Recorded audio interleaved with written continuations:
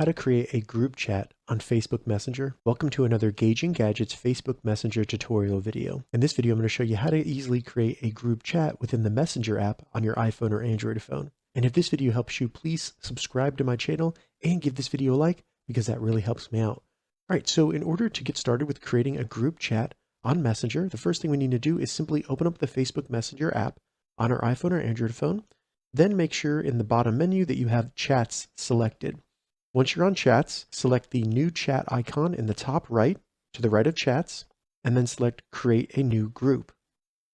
From here, all we need to do is select the people we want to add to the group chat. You can even search for people if you want to. Once you've added the people to your Facebook Messenger group chat, simply select Create in the top right, and there you go. You have now created a group chat. All you need to do is send your first message, and then that will be sent to everyone in the group chat. All right, so that's how you create a group chat on Facebook Messenger. If you have any questions about this, leave a comment below. I'll get back to you as soon as I can. If you'd like to see more Messenger tips and tutorials, check the links in the description. If this video helped you, give it a thumbs up, and please consider subscribing to my channel, Gauging Gadgets, for more gadget reviews and tech tutorials. Thank you so much for watching.